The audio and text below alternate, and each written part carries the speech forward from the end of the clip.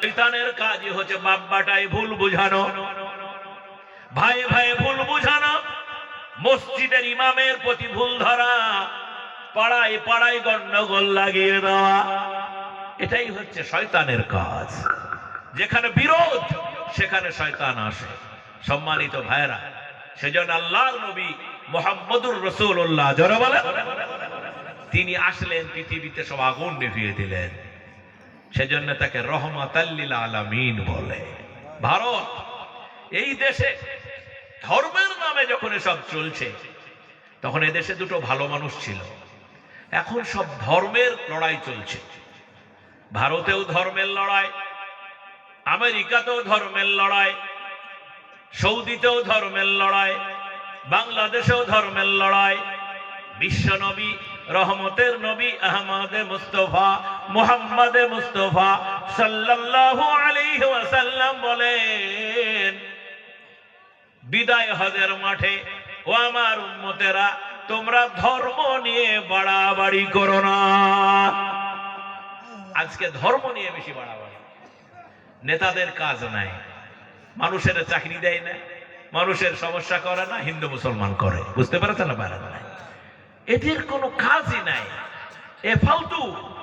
এরা সমস্যার সমাধানের দিকে না গিয়ে মানুষকে ধর্মের নামে লড়িয়ে দেয়। ইসলাম কি বলল? ইসলাম বলল ধর্ম নিয়ে বাড়াবাড়ি করো না। ঠিক না? ঠিক বলছি, ধর্ম নিয়ে বাড়াবাড়ি করো না। ইসলাম বলল ধর্ম, এক ধর্ম আর এক ধর্মের লড়াই করো না। লাকুম দীনুকুম ওয়ালিয়া দীন। তুমি মন্দিরে করো, এর বিচার কে করবে? আরো জোরে। আমি নামাজ পড়বো, বিচার কে করবে? অতএব বিচারের ফয়সালা যার হাতে, সেই মালিক বিচার করবে। তোমার বিচারের দায়িত্ব দেওয়া হয় নাই। আজকে লড়াই লাগিয়ে দিয়েছে, এ লড়াই আর হবে না বলুন ইনশাআল্লাহ।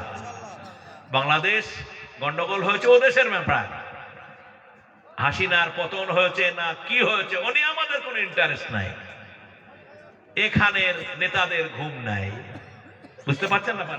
ভারতে যে সুড়সুড়ি দিছে, হ্যাঁ, সেটা শুনে যারা বলো নারে তাকবীর, যারা বলো নারে তাকবীর, এই সুড়সুড়ি দেওয়াটা শয়তানের কাজ। সেসব জিনিস আমি আপনাদের কাছে ক্লিয়ার করে দেব। ধৈর্য আছে তো ইনশাআল্লাহ? ধরো ইনশাআল্লাহ।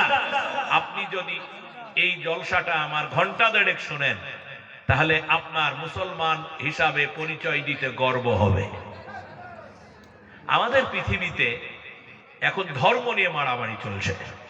এখানে অ্যাটেনশন, ওইসব ভাইয়েরা দাঁড়িয়ে আছেন,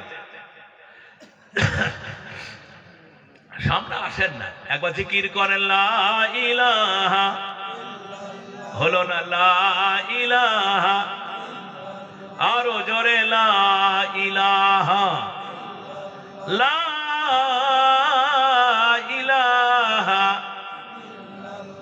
লা ইলাহা, লা ইলাহা, লা ইলাহা ইল্লাল্লাহু মুহাম্মাদ। জবান দিয়ে বার করো, আজরাইল এসে যাবে। লোকেরা